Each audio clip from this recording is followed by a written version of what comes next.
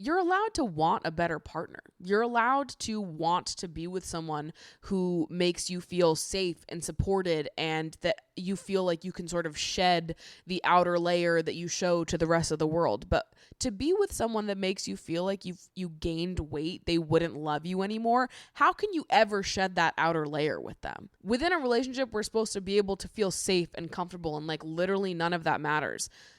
This person doesn't sound like someone you're going to be able to do that with. And listen, maybe there are people out there that are happy with these surface level, very conditional on the physical ass relationships, but I wouldn't be happy with that. And it doesn't sound like you're happy with that too. And I'm sorry that the people in your life are not supportive of you wanting something better for yourself. Dude, where are you? Pick up your phone.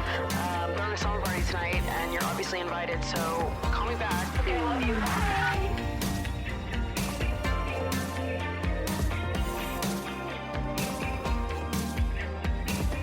What's up, members of Lover Girls Worldwide? Ooh, ooh, ooh, ooh, ooh, ooh, ooh. Welcome back to another episode of Emotionally Online, the weekly summer party, which is pretty gay. A weekly slumber party sounds gay to me. Happy Pride to all of my members of Lover Girls Worldwide. Welcome back to Emotionally Online, the weekly summer party for spilling guts and sharing secrets, hosted by yours truly, the one and only Maddie Drossbeck, co-hosted by the girl who always comes in right on time, always clocks in for her shift right when I need her, Miss Mango the Gooey Girl, keeper of my heart, best girl in the whole world. Kittens are still here. They're still kicking. I have them for 2 more days. 48 more hours with these girls, and I am bracing myself for that ending. I think it's a good thing that I'm going to Spain because I think I would be much more sad about the kittens leaving if I was in this apartment. I think having them leave and then just having to be like, well, the kittens are gone. I think it's going to be, that would have been, oh my God, can I talk? That would have been a lot harder for me than what is actually going to happen, which is the kittens are leaving and then I'm leaving like 24 hours later to go to Spain with 24 of you guys, which is going to be so much fun. And I am so looking forward to that. So it's nice timing, but also, wow, my first experience fostering. This is going to be my first experience saying goodbye to my foster kittens, and what a new pack of emotions that I will be gifted on that day. In 48 hours, I will feel things that I've never felt before. How exciting is that? And I posted on my Instagram the other day just asking, like, to people who foster emotionally, how do you do it? How do you say goodbye at the end of it all? Like, I know that that's the goal. Goodbye is the goal. And like what a joy it is to be able to provide a safe, comfortable, loving home for these kittens before they find their forever home. It's a beautiful thing that is full of its own kind of love and reward in of itself, and that doesn't need to be a forever thing, but it's also just like, you grow an attachment to these little animals, having to take care of them. I think especially with them being sick and really having been in the trenches with them. But yeah, it's over. And it's been really such a rewarding experience. I'll go get them at the end of the show and introduce you guys to them before I sign off. Give you guys one final look at the girls before they leave, and hopefully I get more fosters a little later in the summer when I'm back in New York for more of an extended period of time, and we get to do it all over again, and we get to be Maddie and Mango's adoptive, well, not adoptive, foster home, Maddie and Mango's foster home for sweetie hearts and lover girls. Yeah, listen, we cook up the sweetest of hearts in here. You come, you stay at my foster home, you leave the sweetest girl imaginable. I only cook up affectionate kittens over here, okay? We socialize them to be lover girls through and through. So I'll have some more fosters later in the summer, and that'll be nice. And I'm just trying to cling on to like, this is a good thing and it's a successful thing, and goodbye is the goal. And like, what a beautiful moment we had. And yeah, who knows? Maybe I'll get to see how they grow up. Maybe I'll get to, I don't know, maybe someone will maybe whoever adopts them will make a little Instagram account for them that I can just take a look at every now and then. But I'm also trying to accept that that probably won't happen, and I probably won't know what happens to them past this point, and that's fine. That is okay. I'm trying to convince myself to believe that.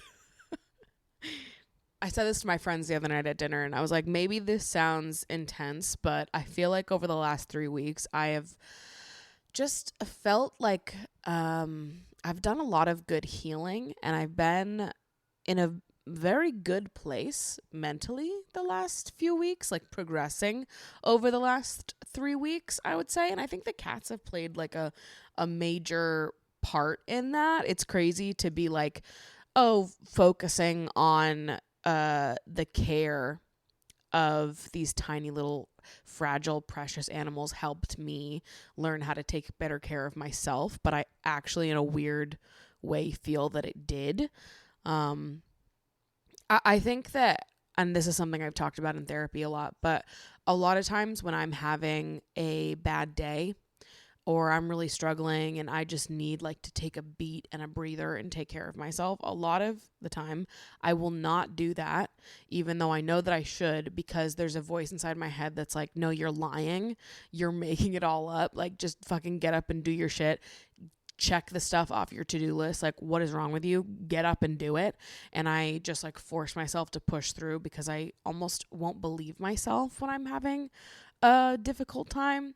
I think happens especially in times of like prolonged difficult times, or like a prolonged I don't know, emotional thing that I'm going through. If I'm having like a bad day that is isolated to this bad day, like I think a quick sickness, I tend to be pretty good about like taking a beat, because I'm like, okay, I know the start and end of this. But I think with things that I know are going to span a long time and it's going to take me a long time to feel better about, when I'm having a really hard day with one of those things, it's like I can't convince myself to take the time and space, because I'm like, oh, what are we going to do? Are we going to do this several times a week, every week? Like, is that sustainable? Do I really have the time to take care of myself to that degree? Which I really should, and I should prioritize that. And I think I am lucky enough to be in a position where I can prioritize that. So that's something that I need to reflect on and think about more. But anyways, I feel like having to take care of the kittens and having to spend a good amount of my day with them, socializing them, doing all their medicines and whatnot, and just like giving them love and attention, and introducing them to the world, having that be on my to-do list that is like a non-fucking negotiable, it has helped me be like, I don't know, just restructure what's important in my day. So I feel like in the morning, it's like, what's most important? Taking care of the cats. Then I go and I do some of my work, and then I pause and I go take care of those fucking cats. And it's like sitting and pausing with them and taking care of them in a way has like really helped me take care of me. And it's easier for me to make the choice and do that because it's for someone else. It's for the cats. It's not for me. You know, I'm not pausing for my own mental health. I'm pausing to take care of the cats, but it really does help my own mental health.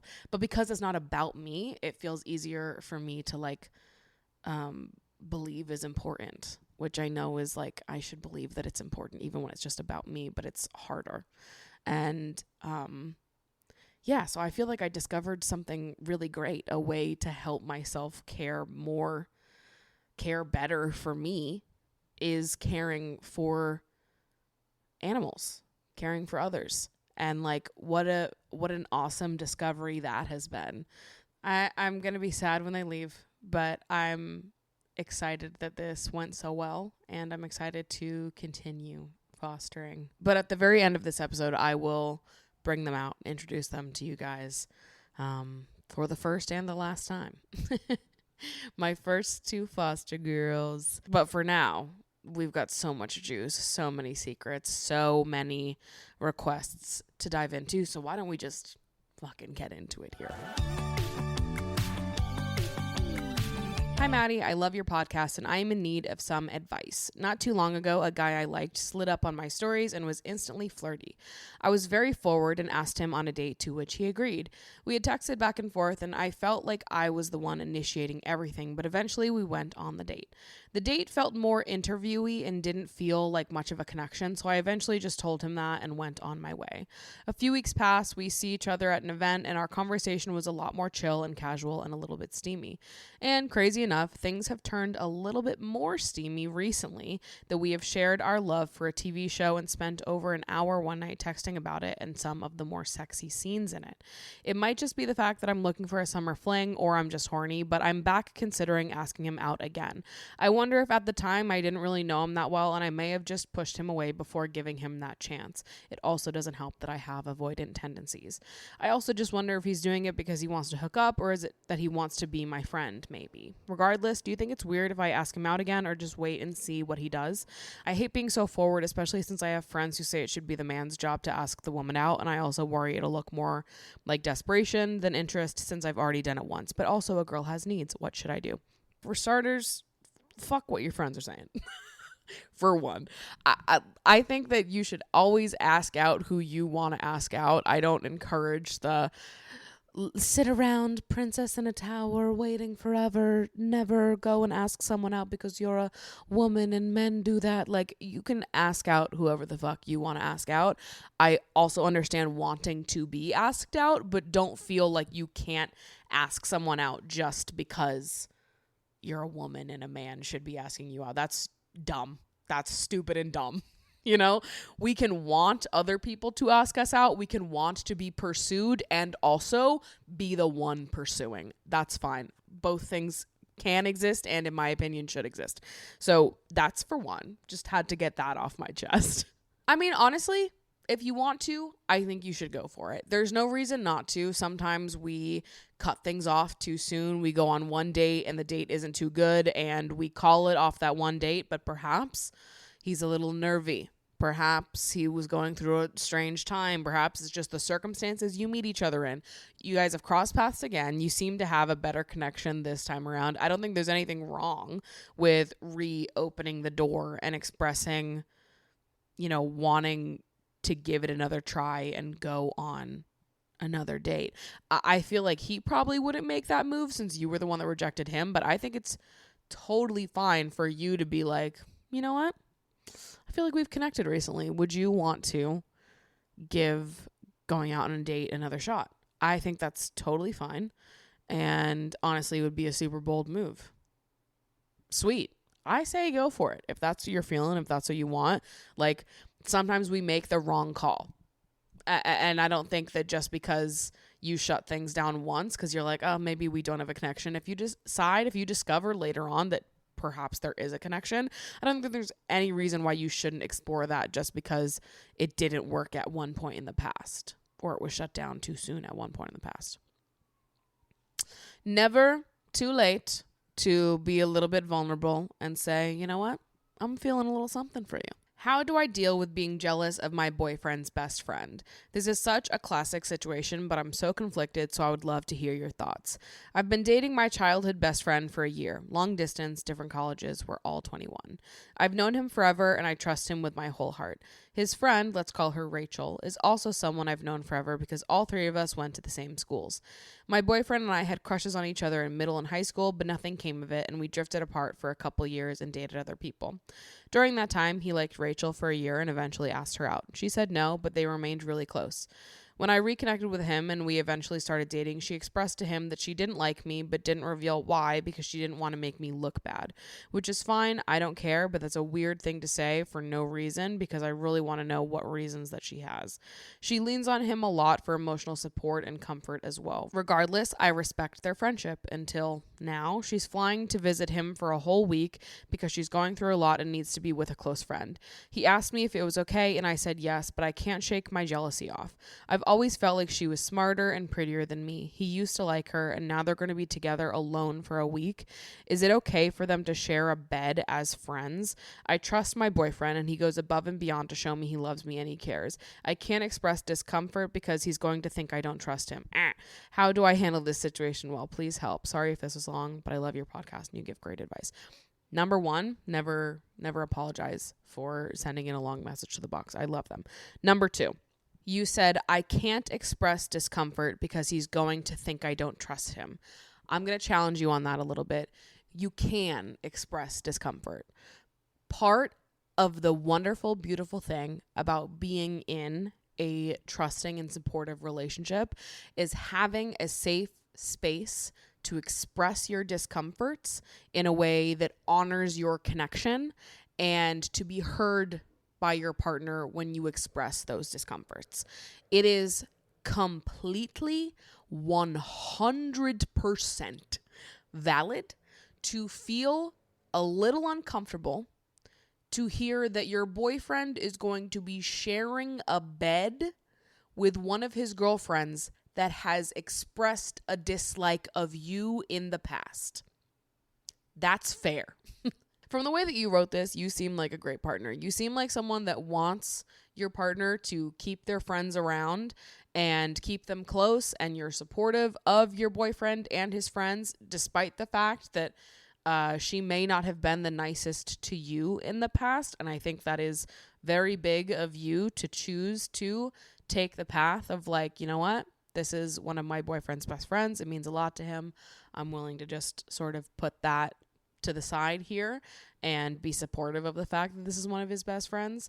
But I also think it's fine to have boundaries within that support. It is fine for you to say, listen, I love that you guys are besties. Love that you guys are hanging out for the week. Please don't share a bed. That's fair. You know, that's a fair boundary to say. I love that for you and your friendship. It would make me uncomfortable if you guys were sleeping in the same bed together every night. That is fair.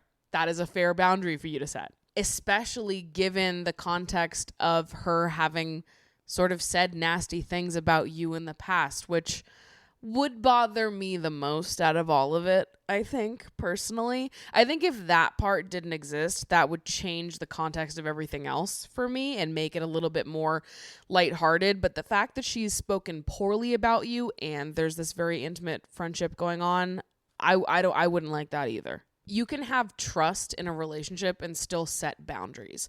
Just because you and your boyfriend have trust doesn't mean you're not allowed to express discomfort in him sharing a bed with another woman. You know, just because you trust that it would never escalate, just because you trust that he wouldn't cross any like physical boundaries in like a sexual way, just because you trust him not to do that doesn't mean you're not allowed to feel uncomfortable with it. You know, you're allowed to feel uncomfortable about the fact that he's potentially sharing a bed for a week with a woman that has talked shit about you in the past. Yes, that is fair. And yes, you are allowed to express that discomfort. And no, you expressing that discomfort is not an indicator that you don't trust him. These things can exist at the same time. You can both trust him and also be uncomfortable with this setup. I get that sometimes sharing these discomforts can feel hard because you don't want your partner to feel bad. But I think that largely the way that we communicate these discomforts can prevent that in the first place. You know, you're not coming at him accusing him of anything. You're coming at him from a place of vulnerability and openness and sharing a piece of your heart and saying like, you know, I love you. Something that I love about you is what a good friend you are, how supportive of a friend you are, and I never want to get in the way of that. However, you sharing a bed with her would make me uncomfortable. And it's not because I don't trust you. It's just because that seems to blur a line between friendship and relationship in a way that I am uncomfortable with, given the context of my own relationship with her and things that she has said about you in the past. And, you know, I wonder if there is a way to open up this conversation even more into being a conversation between you and the best friend to sort of squash the beef that never was a real beef. Because I feel like that's part of what makes this so difficult is you maybe having a more strained relationship with her because she has said nasty things about you in the past or insinuated that she didn't like you for a reason that she wouldn't say out loud. You know, it might be a good idea to open up that conversation with her, try to squash that, and perhaps it would make it easier to sort out the boundaries and the discomfort with your partner. It's tough though. These are hard conversations. I'm not saying they're easy by any stretch of the imagination. But I do think that it is important for you to express your discomfort and to talk through it with your partner in finding that solution. I don't think the solution is swallowing your discomfort because to say it out loud would mean you don't trust him. I don't think that's true. I think that you can express your discomfort and work through that with your partner in a way that only strengthens your trust of each other. We want our partners to have friends. We want our partners to have tons of beautiful, wonderful friendships, but we want those friendships to also respect our relationship. And hopefully they will be able to hear you, and this will be like a really wonderful, productive conversation that will just enhance your trust and bring you guys closer together. But stop minimizing yourself and stop minimizing your discomfort and telling yourself that you're not allowed to feel that way. Jealousy is a hard emotion to sit with, but it's a common one and it's one that we all feel. And your jealousy in this situation is not coming from nowhere. And you know what? In a lot of ways, I wouldn't even call it jealousy. That almost feels like not the right word to describe what it is that you are going through in this situation. I think that what you are feeling right now is something that most people would feel in your position. And you sound like someone that really wants to handle this in the right way and to be respectful to your partner and to be the most supportive person to your partner, which is wonderful. And I love that about you. But I also really want you to take care of your own heart and make sure that you are not shrinking yourself for someone else because you think that you have to, or you think that bringing it up would hurt them. Because it shouldn't be that way. It should be literally the exact opposite. Hi, Maddie. I've been a huge fan of both your videos and the podcast for some time now. I've always enjoyed how thoughtful you are, and I just want to start off by saying thank you for all the amazing content you provide. Thank you. For a bit of context, growing up, I was pretty heavy, both as a young kid and a teen. My family and my classmates always made sure I felt embarrassed about it. Only now, as a young adult, have I begun to heal my relationship with food and feel good about my body. I've been working out for the past 2 years and have become decently muscular, but still with a fair bit of padding. I quite like my body. For the past 6 months, I've been seeing a woman and things have been mostly great. She and I have a real connection, and I felt so comfortable being vulnerable with her and having real conversations. Things hit the fan when we were at my parents' house and her and my mom were looking through family photos.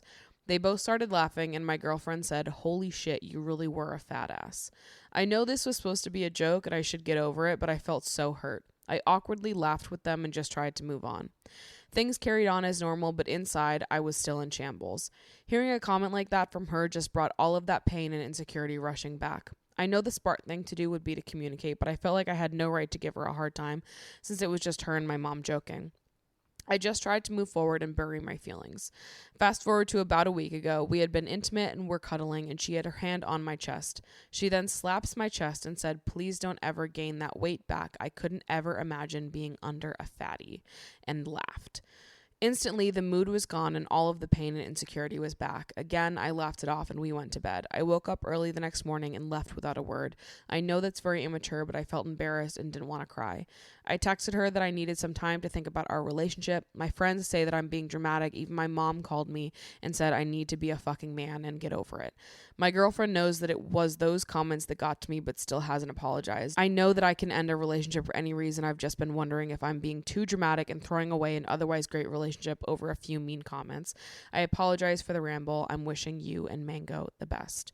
First of all, to start here, I wouldn't beat yourself up for not knowing how to handle those jokes and not knowing how to call them out to your girlfriend.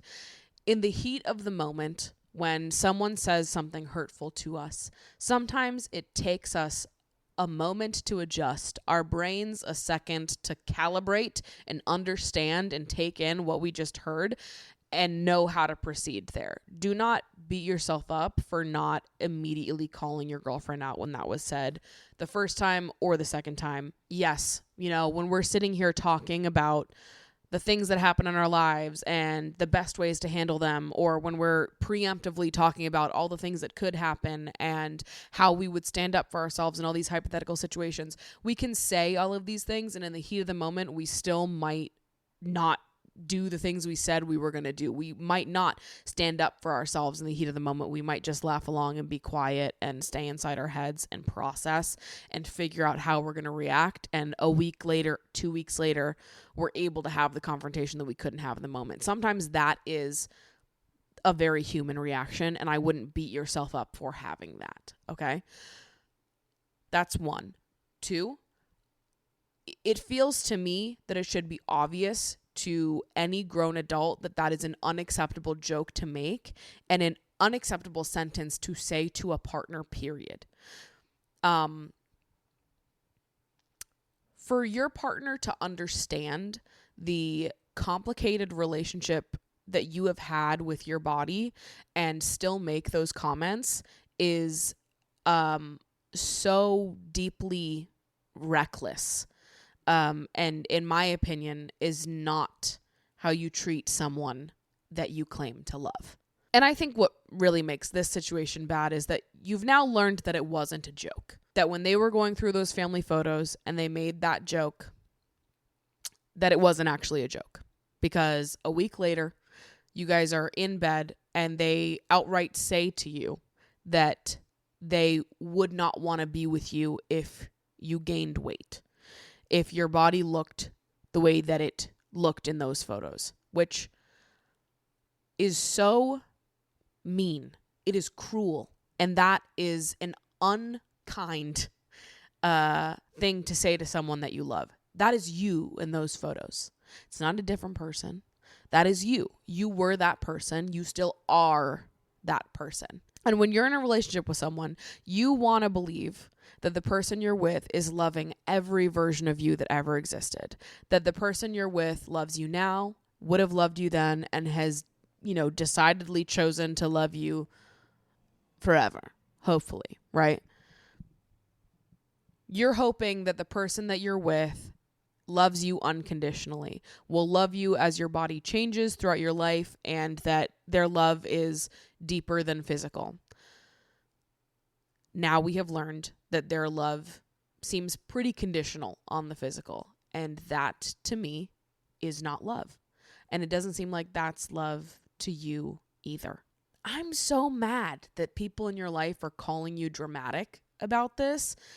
It's completely fucking unacceptable. And you're allowed to want a partner that loves all versions of you, that loves your body in every form, in every way, shape possible. You're allowed to want a better partner. You're allowed to want to be with someone who makes you feel safe and supported, and that you feel like you can sort of shed the outer layer that you show to the rest of the world. But to be with someone that makes you feel like you gained weight, they wouldn't love you anymore, how can you ever shed that outer layer with them? You're going to have to put on the same performance with them as you would to, like, the other parts of society, the world, that make you feel like you have to behave and look a certain way in order to be worthy of love.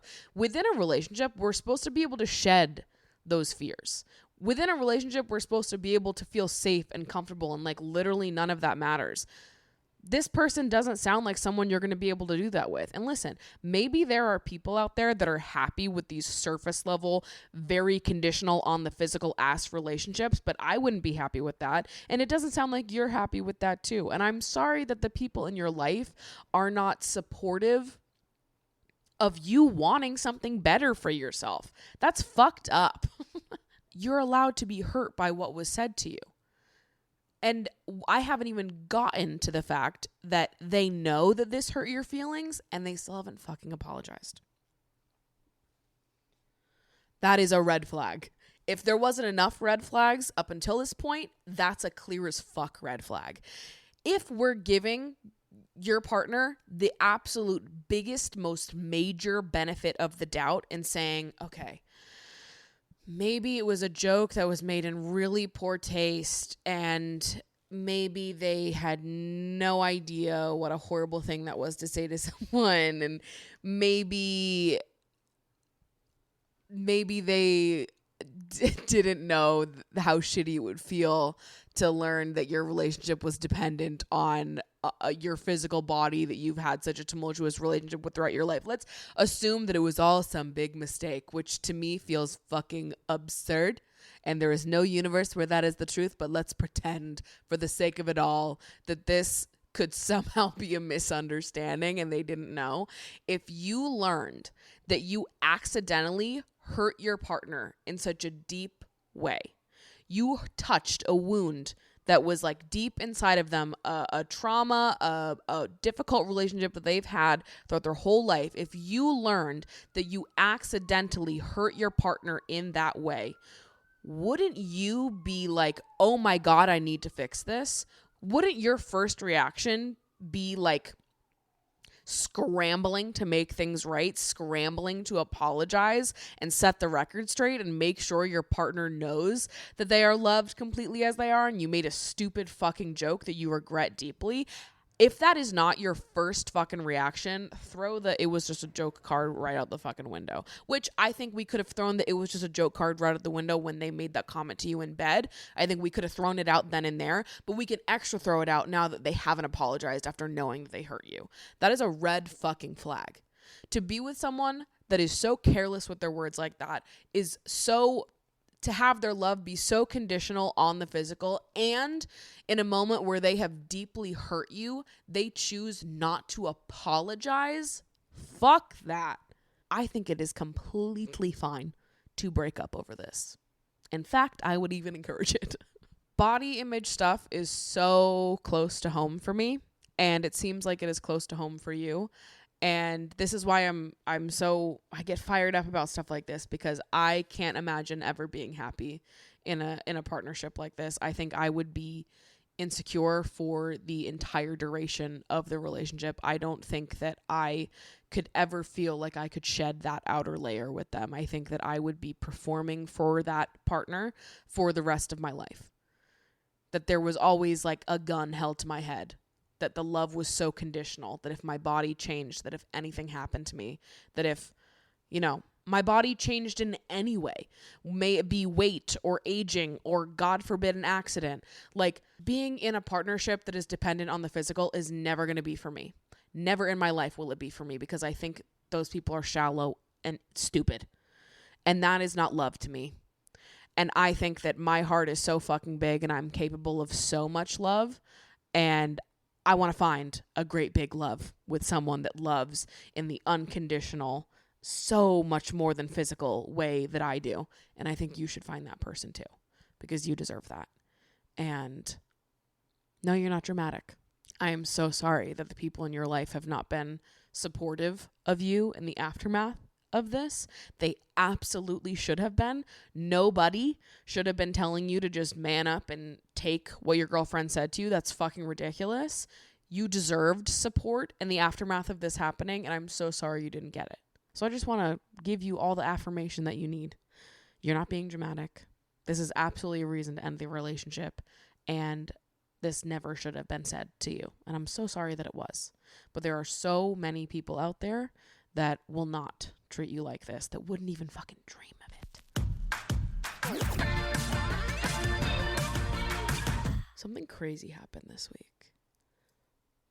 Something really crazy. I started hearing noises, bass, rumblings. I started hearing house music. I started sweating a little bit. I was, in the heat of it all, there was quite a sizzle about, and I started hallucinating. Maybe it was the heat. I could have been hallucinating. I could have been deep in a hallucination, but I could have sworn that I saw six-pack abs. I could have fucking sworn that I saw some juicy buns. Some have said I was fighting, right? I didn't know if it was like a sleep paralysis demon or what was going on, but I was fighting in my sleep. House music, 6-pack abs, sweat, hot, hotter than hell, babes. And then, in the background, when I'm trying to fight through this hallucination, I see $1 million villa in Mallorca. And I said, no, it can't be. No, it can't. But alas, it was. Standing at the door of the $1 million villa in Mallorca was none other than Maya Jama. Maya Jama was standing at that door, and I walked up to her and she looked me dead in my eyes and she said, it's gonna be a long, hot summer. Bum bum bum bum bum ba ba ba ba ba ba ba let's go! Lover girls assemble. It's time for Love Island, baby. Let's go. Oh, yeah, yeah. It's time to have fun and enjoy our lives, and happiness resumes and everything is good. And I've never been sad during a Love Island season. The Americans are here. I've made it. My VPN is working and I'm caught up, babes. We're watching Love Island season 11. Plug in. Get your shit working because it's going to be a long, hot summer. All right? We're in. We're getting in there. I'm worming my way inside. No, really. I am worming my way inside. I'm going to Mallorca in fucking 4 days. Oh. If I see anyone at the fucking airport, if I see anyone that looks like they could be a Love Island contestant, guess who I'm asking to take a photo with? It's going to be so reminiscent of my Abercrombie & Fitch model, Gilly Hicks model outside the mall door days. I'm like, you look sexy. Can I take a picture with you? Love Island is back. It's here. It's happening. I am the happiest I've been all year. And that's the truth. And that's the cold, hard truth. America. Before I dive into talking about what happened through the first couple episodes of Love Island, I need to set the parameters here of what's going to be going on this Love Island season. Throughout the other Love Island seasons, I've shifted the posting days of the podcast to be on Fridays so that I can talk about the full week of the week before. This season, instead of doing that, I'm just going to operate on my own schedule. The podcast will still be going live on Fridays. I record the podcast on Wednesdays. So I will talk about every episode Wednesday to Tuesday. So this week is short because it started on Monday. So I'm only talking about Monday and Tuesday's episode. Okay? We're not talking about Wednesday, Thursday, or Friday, the day that you're watching this episode. We got it? But in future weeks, I'll have like a full week to talk about. It'll just be Wednesday to Tuesday instead of Sunday to Friday. Got it? And this will be actually better because I'll be talking about things closer to real time because I'm not waiting a whole week to talk about what happened. Okay? We're all clued in. That's how we're doing it this season. So we're in it. The Islanders are back in the villa, babes. Introducing our OG Islanders. Here's our cast for the season. The starting of the season. Our starting lineup. We've got Nicole, Jess, Patsy, Mimi, Samantha, and Harriet for the girls. And for the guys, we've got Sean, Sam, Io, Munveer, Kieran, and Ronnie. I've got thoughts. So right off the bat here, there is no universe where I'm going to be able to tell these women apart from each other. The brunettes all look identical, and the blondes look identical. Samantha and Harriet look the fucking same, and Nicole, Jess, and Patsy look the fucking same. My brain cannot for the life of me tell them apart. I'm hoping this gets easier as episodes go by, but I really feel like they picked people that they all look identical to each other. There are no visual differences between any of these people. I was like, oh, brother, as I was watching that first episode, I'm like, I'm not going to be able to tell any of them apart. But listen, this is not news. Love Island has a casting problem and literally always has. I don't know what their deal is, why they're refusing to improve, because it's like there's clearly a demand for better casting. There are a wide range of hot people out there. Why on earth do we have 3 people that look so fucking identical? I cannot tell the difference between them. Hot people have different faces. Like, Mimi's carrying the team on her back right now. Love Island, what's your problem? Love Island casting department, what aversion do y'all have to diversity? Because I would love more diverse hot people. I think most people would like more diverse hot people, if not for the sole reason so that I can tell them apart. Okay? I would love diversity for so many reasons, but maybe the only reason that you might care about as producers of the show is me being able to tell apart everyone in your fucking cast so I can talk about them and report accurately as a member of the press. I'm fucking kidding. I'm kidding. Love Island cast more than like 3 people of color challenge. Can they do it? Multiple people came in that villa and were like, yeah, my last relationship was 4 months ago. Someone said 4 and like 2 people said 6 months ago, which to each their own, but that seems pretty fast, especially considering you would have had to put in your application for this show several months ago at this point. So did you break up with your partner and then immediately think to yourself, oh my God, how am I ever going to get over them? How am I going to get through this? I know. I'm going to go on Love Island. Like, that must have been the thought process, because I'm assuming 4 to 6 months, like that's, you're telling me that like you basically ended this relationship and immediately were like itv.com/Love Island casting. Like, there's no way. That is such a quick turnaround regardless. Like, I don't personally understand how you can go through a breakup and then 4 to 6 months later be ready to date again. To each their own. I will never fucking understand that. But especially knowing that you have to apply to Love Island several months beforehand. So it's like, damn, you were really fresh out of that relationship, like filling out the application. Sending in photo scans of your ID to prove that you're old enough to be on the show. All because you went through a breakup. Like, some of y'all need to go to therapy. Some of y'all, instead of filling the void with another relationship, need to like seek actual help. But I digress. Kieran is the youngest in the cast, so it seems. He's 21 years old, and I already know I'm gonna find him fucking annoying. He said that his like ick or pet peeve was when girls take pictures or videos of their food at a restaurant, which is fucking dumb. Pick a better one. Women are like, I hate when men don't communicate and cheat on me. And men are like, I hate it when women use phone. Like, shut the fuck up.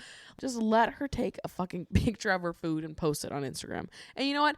Fuck you, Karen. Next time you see a photo or video of some restaurant on your Instagram explore page and you think to yourself, oh, that looks yummy, I'd like to go dive in and, you know, indulge in some food there. I'm going to bookmark this restaurant so I don't forget it. I need you to delete that right now. Delete it, fat. Take it off your phone. You're not allowed to go. You're not allowed to go because you said you hated when people took photos and videos of their fucking food and you just wanted them to eat. Shut up. Clearly, I'm personally offended. Shut up, Kieran. You're not allowed to go to any restaurant that you discover on social media now, okay? Okay? Just shut up. You're not invited. Delete it. So we're all here. We're having a good time, doing some mingling. Maya Jama comes in and she's like, oh, it's time to do a first impressions game.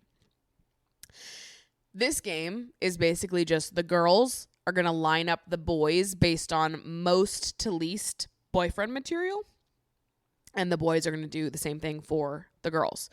The girls' most to least boyfriend material. The most boyfriend material is Munveer, then Sean, Ronnie, Io, Sam, and Kieran. when I saw Sean, I was convinced that he was going to be the one in the cast that nobody was interested in. He just has that vibe to me. Usually there's like, I feel like anytime they cast a man with that vibe, where it's just like computer generated white boy of the month, when they cast those dudes, usually I feel like they're the ones that are, people are like sort of like, rah, whatever about. Maybe they're in a friendship couple with him and then he never really finds someone. I'm thinking of like the Hugos of the Love Island cinematic universe. Sean was striking me as that type, and so I was a little shocked that they put him second because I just didn't see that happening. Also, am learning, do British people not like mullets? Because I was shocked that nobody seemed that interested in Sam, and he was second to the bottom, when in my opinion, he's kind of a cutie. Munveer, very cute. Io, super cute. Sam, also pretty cute. Those were going to be the three that I was like, if I was on Love Island and I had a gun pointed to my head, those three would have been at my top. But I don't know. It seems like the feedback that I've heard on this show is that the girls in that villa are not a big fan of mullets and they find him a little goofy looking. But he's got like a mullet and tattoos, and I'm like, you would slay in Bushwick. You would eat it up out here. I don't know that the Love Island villa was made for you, Sam, but trust me, you could devour in Bushwick, Brooklyn. Don't you worry, bestie. And then the boys rank the girls from most to least. Most girlfriend material is Mimi, then Nicole, Jess, Patsy, Samantha, and Harriet, which I have no feelings and opinions on because I can't tell any of them apart. And then after they did that, Maya revealed that they've basically just paired themselves up. The number ones, number twos, number threes, and so on. These are your starting matches, which I thought this was fun. This was a new, interesting way to start the season. Normally they have them choose or the public will pair them up. This was a new way to spice things up and get those initial pairings rolling. I was a fan of this. So, starting couples. We've got Mimi and Munveer. Very sexy. I kind of loved this couple off first glance. Nicole and Sean, Jess and Ronnie, Patsy and Io, Samantha and Sam, and Harriet and Kieran. Now, I was a fan of Mimi and Munveer just based on this initial pairing, but it seems we learned very quickly that it doesn't seem like Mimi is very interested in Munveer, and Mimi is actually more interested in Io, and it seems like Io also wants Mimi. Munveer seems open. Maybe he wants Patsy, or perhaps it's just because he thinks that's a safe swap because Mimi seems to want to go for Io. Io's on the couple with Patsy now. Perhaps Munveer wants Patsy. We'll see. I'm not convinced that it's not just a safe swap at this point. Samantha wants Ronnie. Ronnie seems open-minded between Jess and Samantha. Harriet wants Kieran. Kieran maybe also wants her. Kieran also looks like someone I went to college with, and it's tripping me up. I took like a screenshot and sent it to my roommate from college and was like, fucking look at this man. Is this not like the yassified version of our one friend from college? And she was like, holy shit. I'm like, right? Crazy. His face is like copy pasted one of our friends from college. Wild. Nicole and Sean are both the most boring, and my hypothesis right off the bat here was that they weren't going to last long in the villa. I was like, the fact that they were paired up, and I'm just so bored by both of them already, you're not lasting long here, babes. All right. You gotta go. So that's sort of the update after the pairing. They're all socializing. We're still figuring out who wants who. Drama's still, yet to develop here. These are just the early stages of the who's interested, who's not interested, what the vibes are sort of thing. Maya Jama shows up. And with her is the first bombshell of the season. Reading you my notes for this section are going to be a good fun time. His name is Joey. And the first thing, because I have my notes open while I'm watching the show, the first thing I wrote here is, my man looks like Rob fucking Deerdeck. What the fuck are they doing with the first bombshell being a Rob Deerdeck lookalike? Like, usually first bombshell, we're sending in like fucking Ekin Sue. We're sending in fucking Maura Higgins. Like, we're sending in a real jaw dropper. And I felt like all of a sudden it was just like, welcome to ridiculousness. Whatever the fuck the ridiculous theme song is. I was like, who is this guy? And so I'm sitting here typing away like, wait, what the fuck? And everyone sitting in that fire pit is like, oh my God, it's Joey Essex. And I was like, wait, hold on. This man is famous. Like, I just thought he was a random fucking guy. And I'm here like, Rob Deerdeck's bouncing on into the villa. And meanwhile, they're like, oh my God, it's Joey Essex. I'm like, I don't know who the fuck this is. Who is Joey Essex? I looked him up. He's like some reality TV star. I still don't really know who Joey Essex is. I don't know the lore too extensively, but I understand that he is a previously famous reality TV star who is known for having very little common knowledge. And everyone's so excited that he's here. I'm so excited that he's here too. And I'm so excited that I have now learned who Joey Essex is. And I'd love to learn more. And I'm eager to learn more. I'm listening and I'm learning. And I'm so sorry that I thought he was a Rob Deerdeck equivalent. I mean, maybe he is. I mean, Rob Deerdeck is also like a reality TV personality. Maybe he is the Rob Deerdeck equivalent. I just know that all of a sudden when I realized he was like a thing and everyone knew him, was excited he was here, I was like, whoa, I'm deeply unplugged with what's happening in the British world. What is going on? And anyways, my man's got 3 women that want him, which is crazy.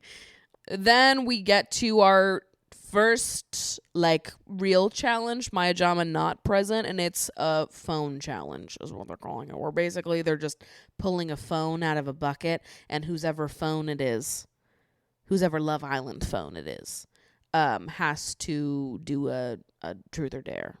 Or it's just a dare. I don't think it's a truth. It's just simply a dare.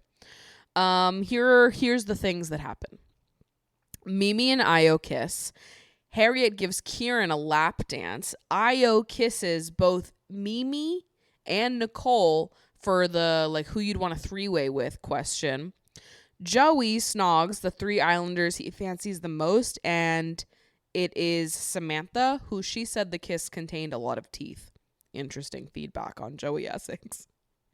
And then he also kissed Harriet and Nicole, which I think were the 3 girls that said that they liked him off the bat.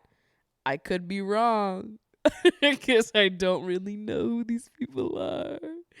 Love Island also played Von Dutch during this challenge, which like taste. This is why I watched the show. Patsy sucks the finger of Munveer and Ronnie. Sam kisses the neck of Samantha. Kieran has to snog 2 islanders he wants to share a bed with, and he picks Harriet and Nicole. I'm like, Sean, I literally wrote in my notes, Sean, brother, you are going home. You will never get to know what's going on there. Samantha snogs the islander she had an instant connection with, and she picks Ronnie, which is like a little sad because Sam just kissed her neck for like the same question for him. And I was like kind of shocked because I think Sam is kind of sexier than Ronnie, but what do I know? Clearly me and the Brits have very different opinions on these things. Ronnie has to snog the 2 girls with the best bodies, and he picks Jess and Harriet, not Samantha, after she just picked him over her Sam, which yikes roonies. And then it's time for Joey Essex. After he's settled in, we've played a game or 2. I think we make it to the next day. Time for Joey Essex to decide who he wants to couple up with. But the stakes are high here in that whoever Joey Essex decides to couple up with, their partner will be dumped from the villa. So Joey, drumroll please, decides that he is going to couple up with Samantha, dumping Sam, my mullet king, from the villa. What the F? What the hell? Not that I was really riding for him. I think I'm riding for Munvier right now. I think he's my king. He's my king of the season so far. But I liked the mullet. It was working for me and nobody was interested. So I kind of wanted him to stick around because I was just like, is it just this survey of British women, or do British people just like they're not into the mullet the way that it's like super in over here? I'm like, the mullet pulls in Bushwick, okay? The mullet pulls over here. So then the fact that I'm seeing a mullet in the Love Island villa and people are like, oh, I don't know, he's got a mullet. I'm like, really? It doesn't work over there? Because it really works over here. People be throwing puss for a mullet, okay? Don't underestimate it. So I thought that he was going to last for longer. I was a little shocked. And those are the 2 episodes of the week. So bing, bang, boom, baby. We just smacked it out of the park. That's week 1 of Love Island. Well, not really, because our week is offset now. So that's episode 1 of me talking about this season of Love Island. Crazy Town, USA. I cannot believe that the next time you hear me talk about this show, I'm going to be in the place where it fucking happens, baby. I'm going to be in the fucking place where it happens. We're going to be in the Love Island country. We're going to be in Spain while they're in Spain. Next podcast episode, I will be coming at you live. Not live. I'll be coming at you from Spain. I'll be with Ashley. So we'll have lots to talk about next week. We'll have so much to catch up on, and it will be so glorious for us to dive in and really get into the juice together.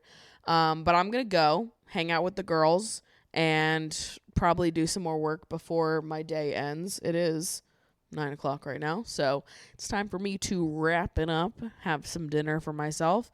But before I do that, let me go grab the girls and let you take a peek at them before they leave me. Welcome to the show, Chirp and Roar.